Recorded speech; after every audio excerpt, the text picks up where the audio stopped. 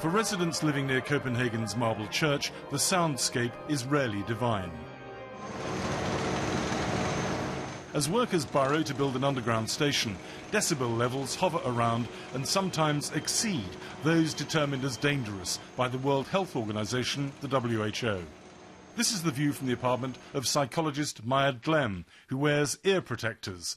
I'm very worried about my children. WHO says that this will give learning disabilities, concentration difficulties, difficulties of motivation and communication. The Environmental Tribunal ruled that Denmark broke an international convention obliging authorities to properly consult citizens about noise pollution, and it's banned night working at the Marble Church.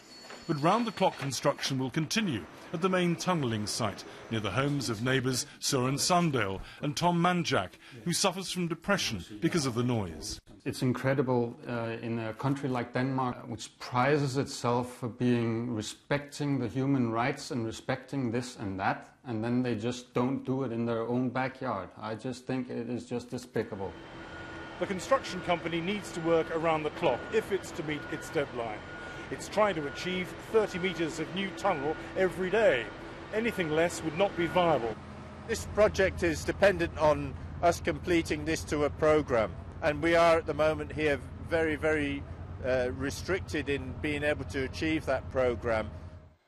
The new metro line was scheduled to be completed by 2018 at a cost of $3.9 billion as part of the integrated transport system of the city crowned this year's Green Capital of Europe. The tribunal's adjudication could result in a substantial delay and an increase in costs. You have to make sure that the metro is done on time. On the second hand, you have to make sure that Copenhageners are not bothered. And that is a complication because you can do one, but you can't do both at the same time. So which is the priority? Well, for me, the priority is actually to try to do both. And I can see only one solution to that, and that is resettlement.